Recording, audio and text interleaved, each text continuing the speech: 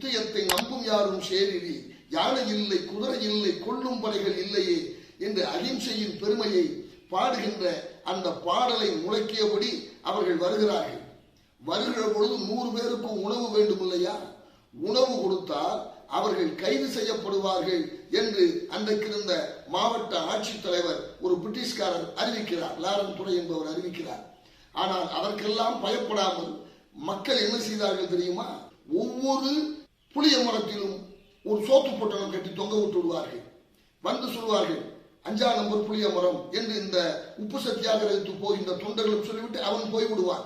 5ஆம் நம்பர் புளிய மரத்திலே ஒரு தயிர் சாதம் தொங்கும், அடுத்த புளிய மரத்திலே ஒரு புளிச்சாதம் தொங்கும். சாப்பிட்டுக் கொண்டே அந்த தொண்டர்கள் வேதாரண்யம் செல்கிறார்கள். இதெல்லாம் பதிவு செய்யப்பட்டிருக்கிறது. ஆனால் அதிலே நடந்த ஒரு ஆச்சரியமான செய்தி என்ன தெரியுமா சகோதரர்களே? அங்கே இருக்கின்ற மக்கள் ஒரு முடிவெடுத்தார்கள். ஒத்துழையாமை இயக்கம் நடக்கின்ற காரணத்தினாலே பிரிட்டிஷ் அரசோடு எந்த ஒத்துழைப்பும் தரமாட்டோம். அதன்படி ஆங்கில ஆட்சியிலே வேலை பார்க்கின்ற யாராக இருந்தாலும் அவர்களுக்கு கடைகளிலே உணவு தர மாட்டார்கள், தேநீர் தர மாட்டார்கள், சவரம் செய்ய மாட்டார்கள். ஒரு காவல்துறையிலே இருக்கின்ற ஒரு காவலருக்கு 10 நாள் தாடி பெரிதாக வளர்ந்து விட்டது. சவரம் செய்வதற்கு ஆள் இல்லை. என்ன செய்வது என்று சொல்லி அவர் வந்த இடத்திலே அனைவருமே மறுத்து விட்ட பொழுது முண்டாசு கட்டி கொண்டு ஒரு சிறு கிராமத்துக்கு போனார்.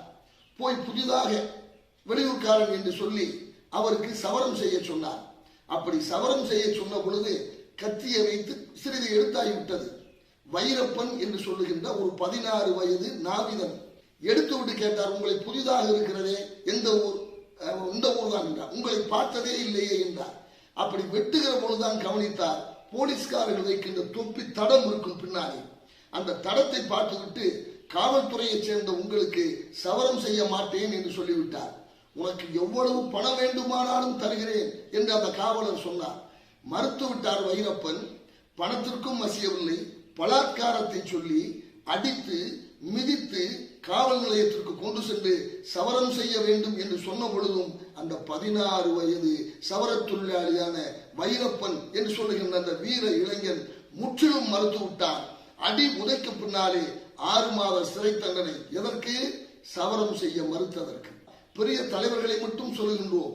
அடிமட்டத்திலே இப்படி மாண்டு போன, வரலாறு இல்லாமல் போன லட்சக்கணக்கான தியாகிகளுடைய குருதியாலும் செந்நீராலும் கண்ணீராலும் வியர்வையாலும் நம்முடைய சுதந்திரம். நான் ஒன்றை சொல்லி நிறைவு செய்கிறேன். தூக்கு மேடை ராஜகோபாலன் என்று ஒருவர் இருந்தார்.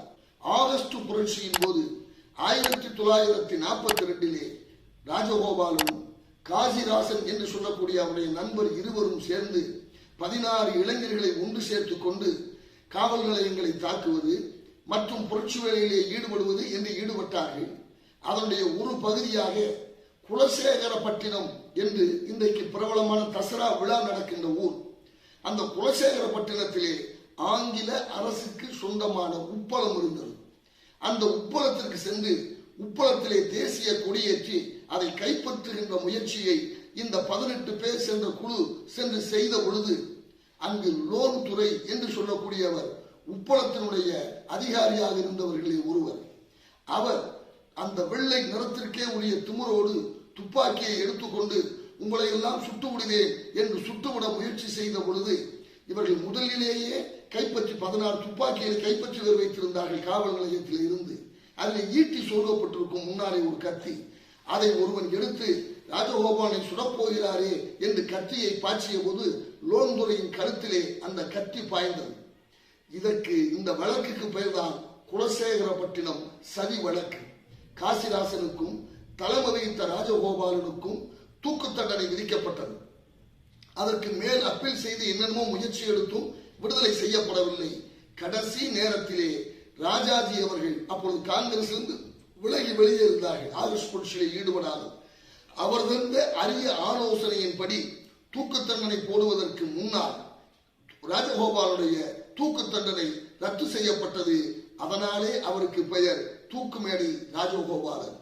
இப்படியெல்லாம் பெயர் தெரியாமல் அழிந்து போன தியாகிகள் தங்கள் உதிரத்தால் வாங்கி தந்த சுதந்திரம் இந்த சுதந்திரம் என்பதை எண்ணி பார்த்து இந்த 75வது பவள விழா சுதந்திர ஆண்டிலே இனிமேலாவது நன்றியோடு இருந்து இத்தகைய தியாகிகளை நினைவு கூற வேண்டியது நம்முடைய கடமை என்று சொல்லி அவர்களுக்கு வீர வணக்கம் செலுத்தி விடைபெறுகிறேன். ஜெய் ஹிந்த்.